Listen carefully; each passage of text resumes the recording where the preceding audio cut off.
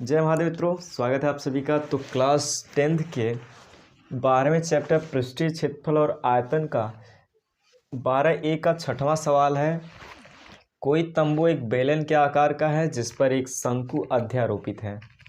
यदि बेलनाकार भाग की ऊंचाई और व्यास क्रमशः 2.1 मीटर और 4 मीटर है तथा शंकु की तिर्यक ऊंचाई 2.8 मीटर है, तो इस तंबू को बनाने में प्रयुक्त कैनवास का क्षेत्रफल ज्ञात कीजिए, जिसकी साथ ही 500 रुपये प्रति मीटर स्क्वायर की दर से प्रयुक्त कैनवास की लागत ज्ञात कीजिए। तो हम पहले सवाल समझा दे रहे हैं आपको। सवाल क्या है, कह रहा है एक तंबू है जो बेलन के आकार का है और उस पर एक शंकु अध्यारोपित है। अध्यारोपित है मतलब उसके ऊपर आश्रित है या उसके ऊपर रखा गया है, शंकु के आकार का। और कह रहा है कि जो बेलनाकार तंबू है उसकी ऊंचाई कितनी है, 2.1 मीटर, और उसका व्यास कितना है, 4 मीटर है। ठीक है, तथा शंकु की तिर्यक ऊंचाई दिया है, यानी यल का मान दिया है 2.8 मीटर। तो कह रहा है इस तंबू में प्रयुक्त कैनवास का पृष्ठीय क्षेत्रफल ज्ञात कीजिए। कैनवास मतलब तंबू को बनाने में जो कपड़ा या जो तिरपाल यूज किया गया उसे कैनवास कह रहे हैं आप। तो उसका पृष्ठीय क्षेत्रफल क्या पूछ रहा है, और उसके बाद क्या पूछ रहा है कि यदि 1 मीटर स्क्वायर कैनवास की लागत 500 रुपये है तो कुल तंबू बनाने में पूरा खर्चा कितना आएगा वो ज्ञात कीजिए। ठीक है, तो पहले हम तंबू बना लेते हैं। देखिए बेलनाकार है, ये मान लीजिए है तंबू।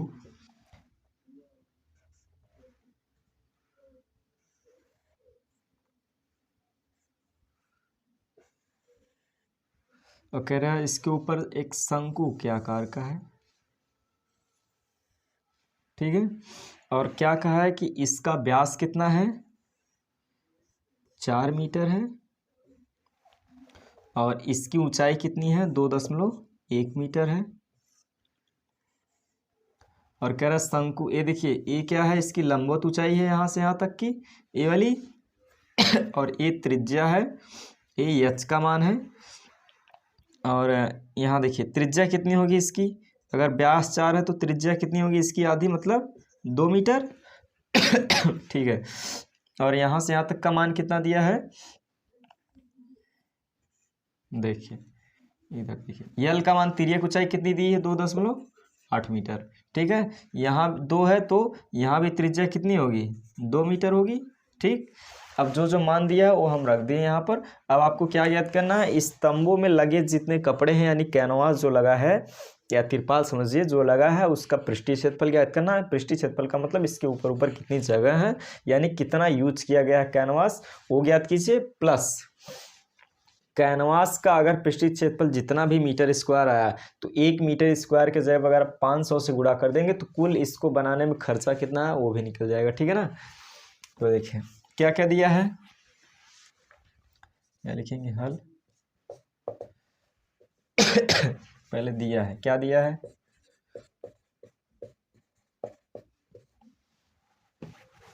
हल में ही लिखेंगे। दिया है कि बेलन के लिए, बेलन का व्यास यानी d बराबर कितना दिया है, 4 मीटर दिया है। तो d के जगह क्या रख सकते हैं, व्यास क्या होती है, त्रिज्या की 2 गुना होती है, तो इसके जगह पे 2r बराबर 4 मीटर। 2 से 2 कटेगा तो r बराबर कितना मिलेगा, 2 मीटर। ठीक है, तो बेलन की त्रिज्या कितनी हो गई, 2 मीटर हो गई। उसके बाद बेलन की ऊंचाई कितनी दी है, h बराबर 2.1 मीटर। शंकु की ऊंचाई, शंकु की तिर्यक ऊंचाई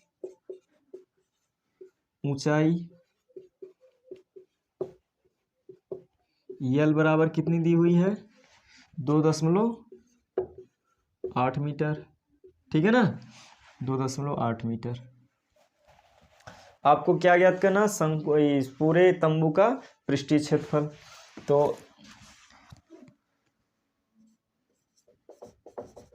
लिखेंगे तंबू का कुल पृष्ठीय क्षेत्रफल बराबर कितना, पहले शंकु का पृष्ठीय क्षेत्र बेलन का पृष्ठीय क्षेत्रफल आप लिखेंगे बेलन का पृष्ठीय क्षेत्रफल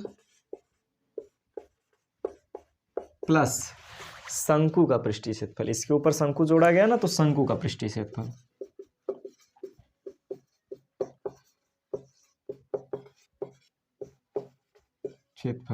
ये ध्यान रखेंगे कि संपूर्ण पृष्ठीय क्षेत्रफल नहीं लिखेंगे, क्योंकि इसमें बताया है कि जो बेलनाकार भाग है, जो तंबू है, इसके नीचे कैनवास नहीं लगाया गया, तो इसका भी मतलब ये नहीं लेंगे। और प्लस शंकु जहाँ जोड़ा गया तो ऊपर इसके ऊपर बेलनाकार भाग के जो आधार है, शंकु का आधार है, इस पर भी कैनवास नहीं लगा है। तो आपको सिर्फ बेलन का पृष्ठीय क्षेत्रफल और सिर्फ शंकु का पृष्ठीय क्षेत्रफल जोड़ के बता देना है कि कितना है इस तंबू का पृष्ठीय क्षेत्रफल। ठीक है ना। देखिए, तो बेलन का पृष्ठीय क्षेत्रफल क्या होता है, 2 पाई आर एच प्लस शंकु का पृष्ठीय क्षेत्रफल पाई आर एल। तो 2 गुणे पाई का मान 22/7 और गुणे आर का मान कितना है बेलन के लिए 2 है, और गुणे ऊंचाई कितनी है इसकी 2.1 है, प्लस यहाँ भी पाई का मान 22/7 और गुणे आर का मान इसके लिए भी 2 है, और गुणे ऊंचाई इसकी तिर्यक ऊंचाई क्या है यल का मान 2.8। ठीक है। यहाँ देखिए, आप इसको क्या लिख सकते हैं, 22 दूना 44 हो जाएगा, गुणे 2 और गुणे इसको क्या लिख सकते हैं आप 2.1 को, 2.1 को आप लिख सकते हैं 21/10। ठीक है ना। और गुणे में यहाँ क्या है 7 है, तो गुणे 7, समझ रहे हैं। 2.1 को 21/10 लिख सकते हैं। अगर ऊपर नीचे आप 10 से गुणा करेंगे तो एक अंक खसक के दशमलव उस तरफ चली जाएगा दाहिनी तरफ, तो 21 हो जाएगा और नीचे 10, प्लस यहाँ भी वैसे होगा 22 दूना 44, 44 और गुणे 2.8 को भी क्या लिख देंगे आप 28/10 और बटे में और क्या है 7 है, तो गुणे 7। ठीक है। यहाँ भी वैसे ही है। अब देखिए 7 × 7 7 त्रिक 21, 7 × 7 7 चौक 28।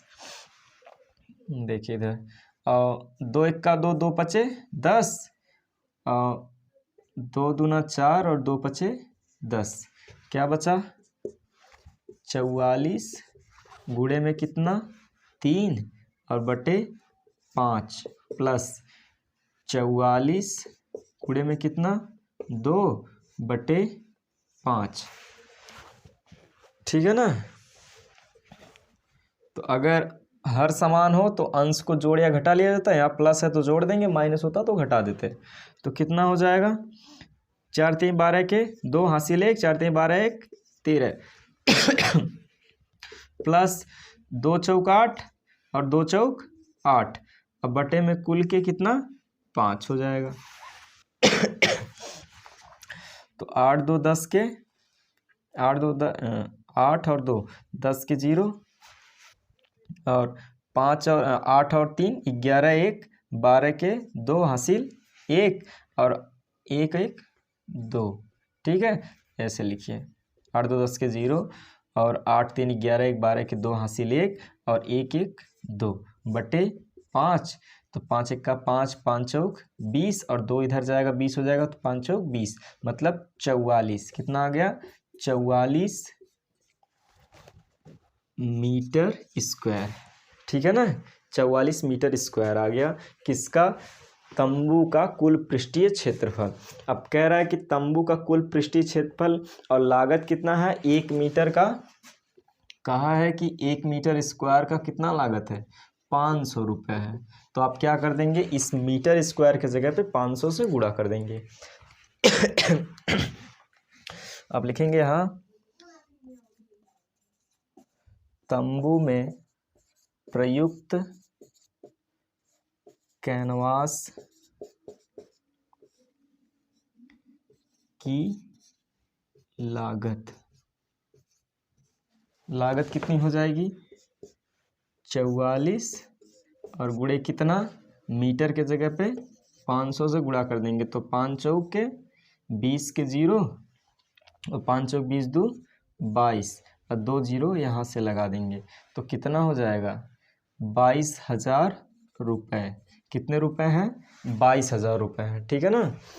तो आपको अच्छे से समझ में आ गया वो सवाल क्या है और क्या पूछना था, क्या पूछना था, क्या बताना था। ठीक है। ऐसे ही आपको एक एक सवाल के लिए एक एक वीडियो मिलेगा। धन्यवाद।